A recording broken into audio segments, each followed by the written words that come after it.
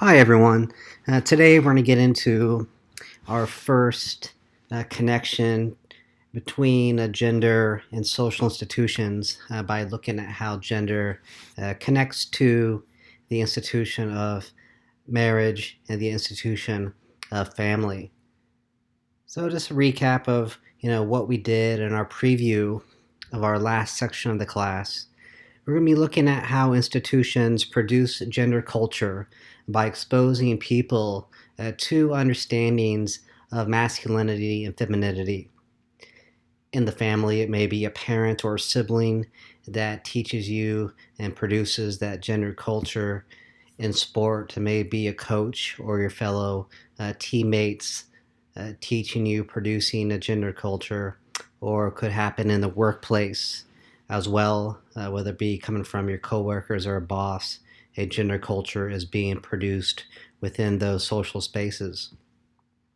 So within the spaces, um, the institutions, allow us to become socialized in gendered manners. So here is where people interact with and learn the gender culture that is being produced. So you're learning the culture in the living room at home. In sport, you're learning the culture on the playing field. In the economy, you're learning the culture in the workplace. And then we also touched on how institutions often organize people based upon being a male or female, based upon their sex, into different spaces. So at home, we have her and his chores. In sport, we have different leagues that women and men, girls and boys have to play in, even though they may be playing the same sport. And at work, we socialize people into her and his jobs. So, this kind of separation of the sexes makes it easier to socialize people in gendered ways.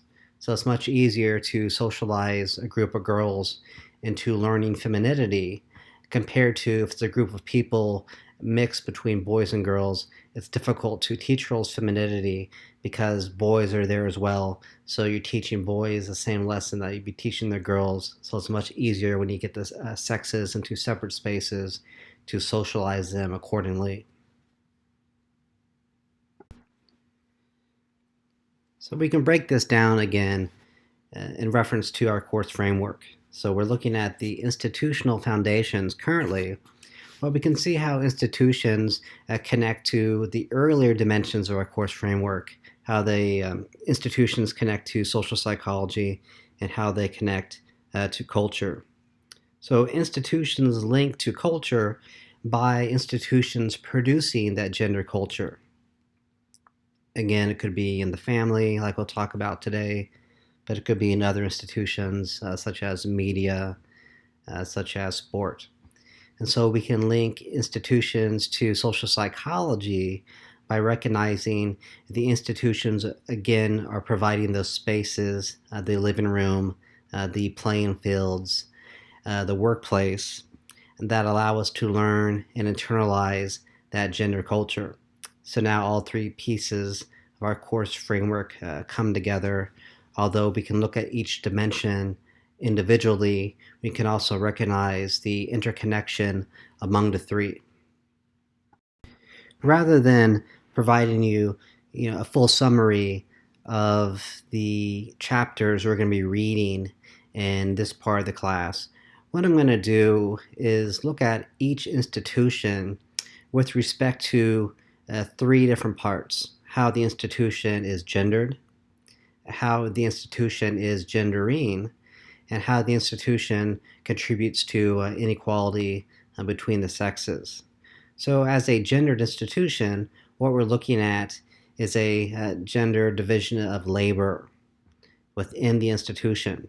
And that means we associate different roles and responsibilities with the sexes. We associate certain roles and responsibilities with women, with girls, and we associate certain roles and responsibilities with men and boys. And then when we talk about the institution as gendering, we're looking at the gendered socialization going on within the institution.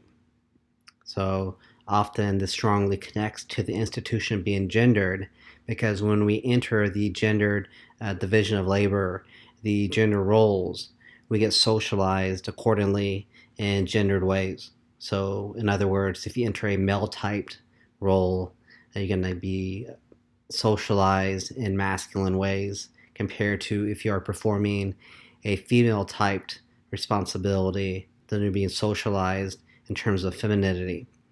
And then the third part, we'll look at how the institutions promote inequality between the sexes, how the organization of the institution and the gendering process together contribute to the sexes being separated from one another and being stratified as a result.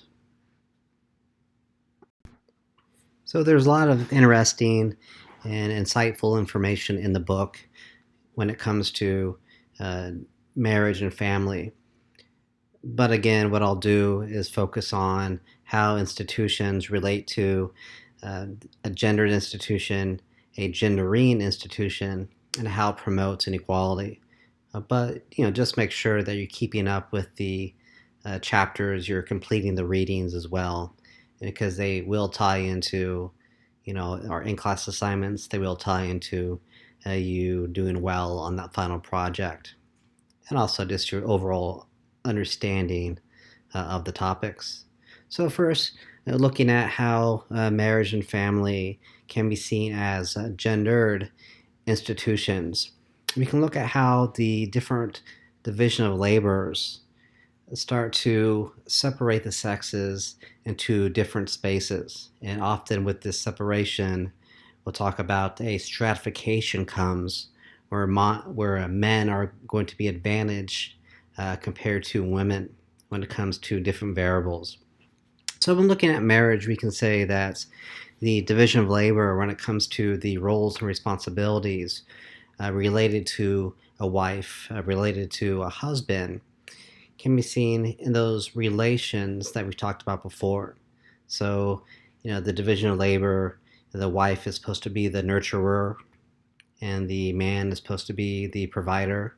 So the husband provides for the wife. The wife is supposed to nurture the husband.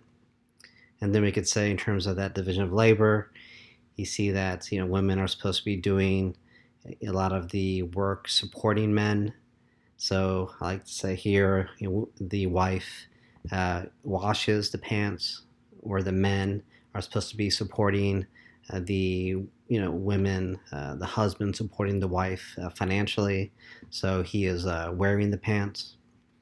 We see this kind of separation that the wife is supposed to be in more private spaces at home, where the husband is supposed to be more the public figure outside of the home.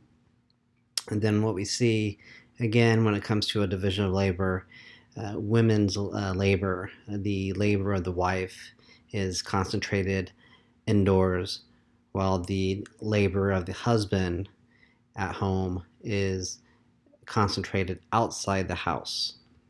So whether it be putting up a fence, mowing the lawn, so on and so on. So now we can move down to the family as gender when it comes to the division of labor between mothers and fathers. So again, we're looking at different roles and responsibilities related to the gender division of labor. So mothers are supposed to be nurturers, the fathers are supposed to be the providers. So rather than kind of nurturing the husband or providing for the wife, we can say that the mother is supposed to be nurturing both husband and children, and the father is providing for both wife and children.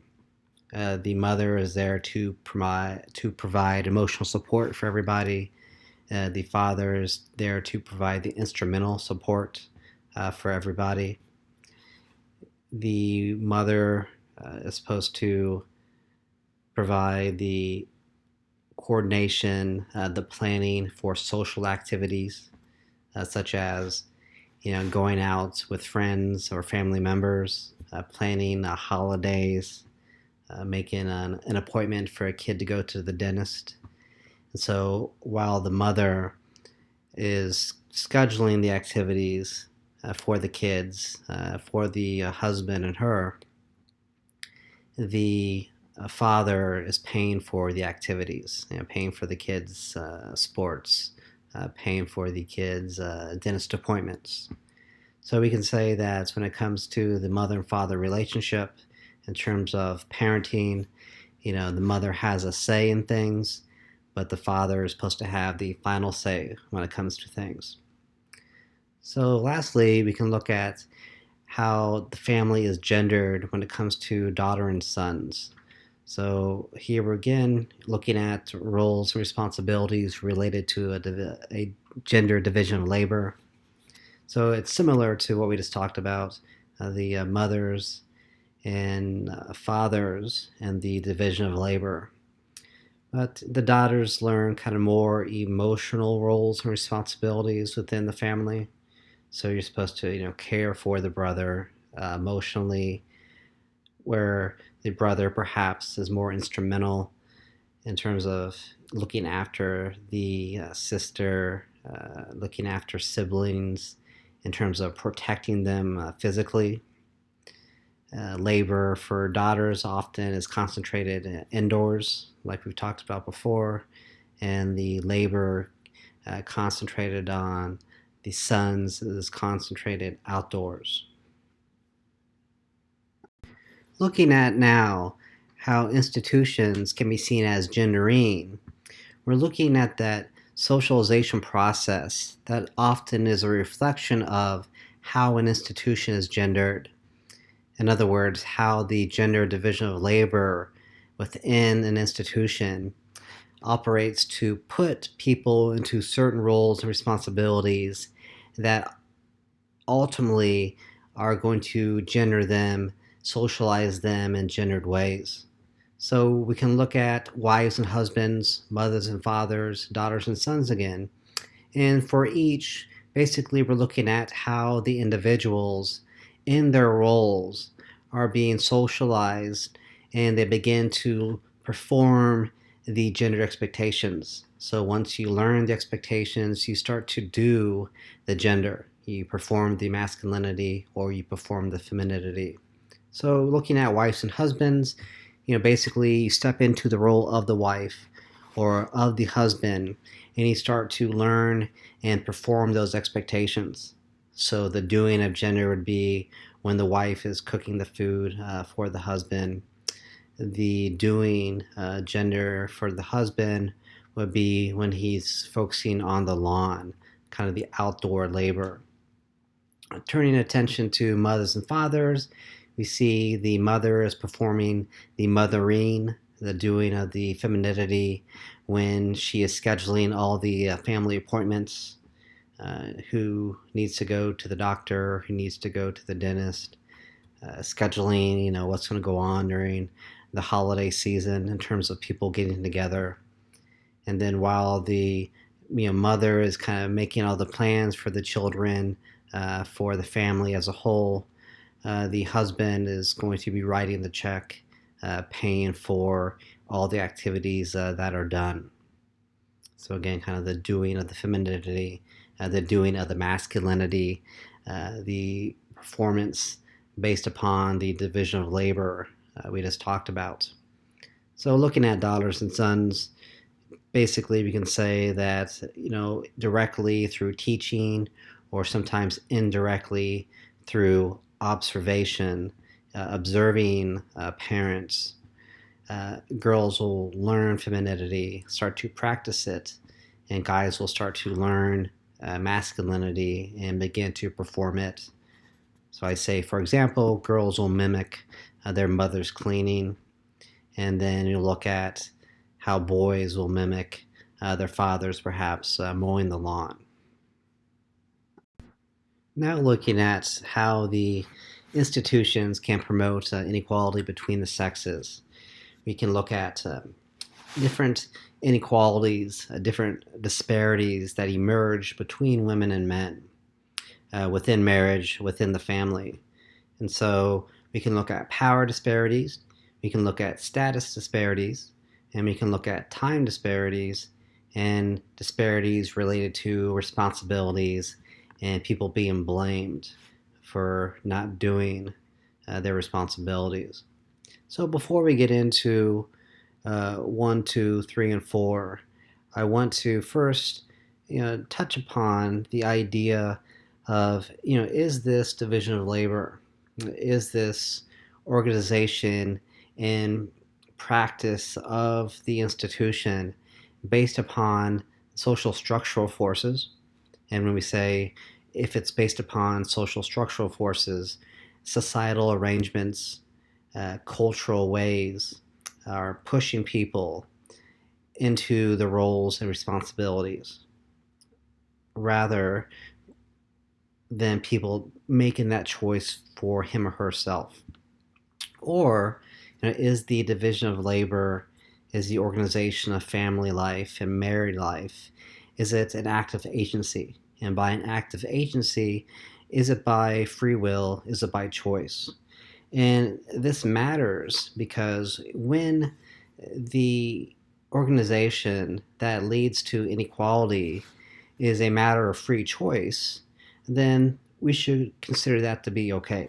So if women are choosing to put their careers on the back burner to focus on children, they shouldn't be blamed or criticized for that. Likewise, if a guy decides to put his career on the back burner and focus on kids, he shouldn't be criticized, blamed for that. But on the other hand, if women are being kind of pulled into the household away from their work, not by choice, but because women, not men, get time off after having children, so the woman is kind of forced to go home because the husband can't go home and take care of the kid, then that's a structural force involved that's creating the inequality.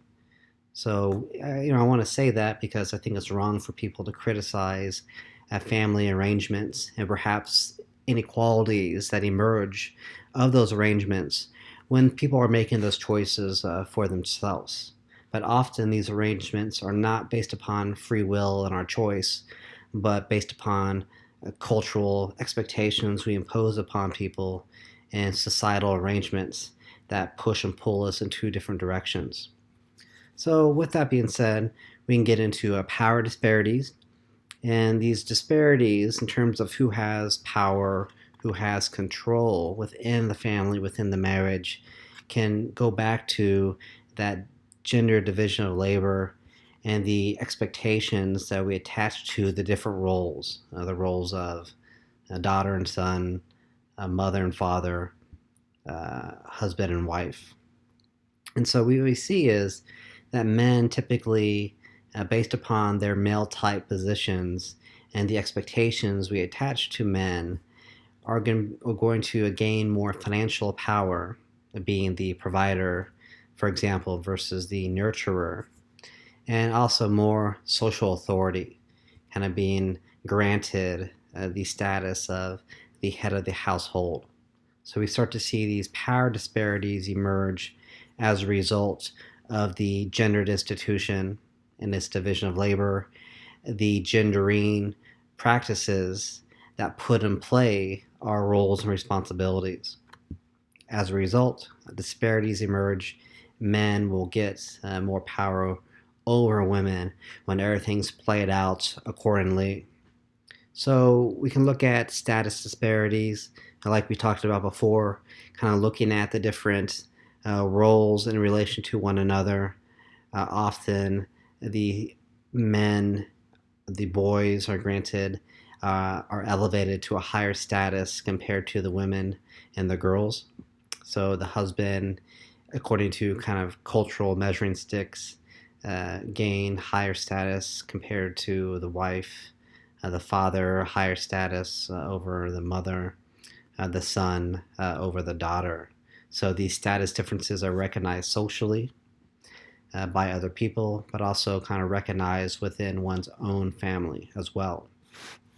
So we can look at inequalities when it comes to time. So how much time you spend practicing labor within the marriage, within the family. And we can look at wives and mothers and how often they're spending much more time when it comes to doing family labor, doing marital labor. And we talked about this before in class, and you read about it in the chapter, the idea of the second shift, when both individuals are working. Typically, when the male individual comes home, whether it be the husband or the father, uh, his workday is over. But when the wife or the mother comes home, she has a second shift that begins. It's an unpaid shift, a shift that often is recognized socially, but still there's a performance of labor going on, taking care of the house, the husband, taking care of the house and the children. And so also you can see kind of the number of responsibilities. Um, it's not an even number. Women encounter the role of the wife and the role of the mother much more responsibilities in terms of a quantity compared to men. So it's kind of more things to do, trying to juggle more balls in the air compared to men that are maybe juggling one or two balls in the air at once. So just by looking at the higher quantity of responsibilities and duties, women will be responsible for kind of more time performing the responsibilities and duties. And also we can look at kind of frequency as well. Um, so how much time, how often you're doing the responsibilities. Men, again, typically win in comparison, where maybe you're mowing the lawn once a week. When you're cooking for the family, on the other hand, you often cook for the family, cook for the husband 5 times a week. So although the number of responsibility is the same, mowing the lawn is one thing, cooking is one thing. How often you're doing the mowing and cooking differs, again, disadvantaging the women and advantaging the men. So finally, as I just touched on briefly, kind of the number of responsibilities for women outweigh the number of responsibilities for men. But we can tack on something to this and recognize when you have more responsibilities, that sets up the opportunity for also having more blame put on you. So in other words, if you only have two things that you really need to do throughout the week, go to work and take care of the lawn, then you can manage that relatively easier compared to if you're juggling 5 or 6 different responsibilities, going to work, taking care of the cooking, the cleaning, and the children. There's more room for error when you're doing more things, and when there's more room for error, there's more room for somebody, whether it be your husband, whether it be your children, to blame you for not doing what you needed to do, not fulfilling your responsibilities. So another issue of inequality when it comes to the person being blamed more compared to the person being not blamed. We can now look at some same-sex marriage, family arrangements, and also look at single parents and parents that have, one child. So in other words, children that don't have any siblings, and start to look at how things function within the family unit, within the marriage, based upon research. And then we can talk about degendering the marriage, degendering the family, and how that can help potentially minimize those false inequalities between the sexes that may emerge, inequalities that are not there by choice, but rather inequalities that are there based upon the society arrangements, the cultural expectations. So looking at some research on same-sex marriages, same-sex families, originally a lot of the research was showing that there is less disparities. In other words, there is more parity, more equality between partners in these arrangements. So when you looked at a same-sex marriage compared to a marriage between a woman and a man, often there is more equality when it came to performing the labor within the marriage or within the family, when we were looking at the same-sex couples compared to the woman and male couple. And that's what the research showed. But as more and more research was being conducted, a lot of that difference started to become minimized, where more and more we start to look at same-sex marriages reflecting the marriages of women and men, same-sex family arrangements reflecting more or less the same things that we see in family arrangements between women and men. And why is this? Because some of that earlier research concentrated on women specifically who came from upper class backgrounds and higher education levels. So some of this research is more reflecting how sexuality, class, and education intersect with family life, more so simply looking at how family life relates to being in a same-sex relationship. And in addition to kind of seeing more and more similarities between same-sex couples and couples of women and men, we look at how sometimes within the same-sex relationship, there's a gendering of sorts going on when it comes to the division of labor within the family, within the marriage. In other words, one partner is sometimes characterized as being the masculine partner and then performs all the male tasks around the house. So it doesn't matter if it's a male-male relationship or a female-female relationship. The partner that's kind of deemed as the masculine partner in comparison to the other partner is doing kind of the male task, the outdoor work, so on and so on. And then the other partner is feminized. Again, it doesn't matter if we're looking at two women or two men. So in relation to the other partner who's masculinized, then the other partner kind of takes on the female typed task within the marriage, within the household. So it's interesting to see kind of a heterosexual gendering going on within same-sex relationships. So we can also look at single parents and when children don't have any siblings. So what you start to see here is what we'll talk about in a second, a degendering of family life when it comes to how labor is divided up amongst people.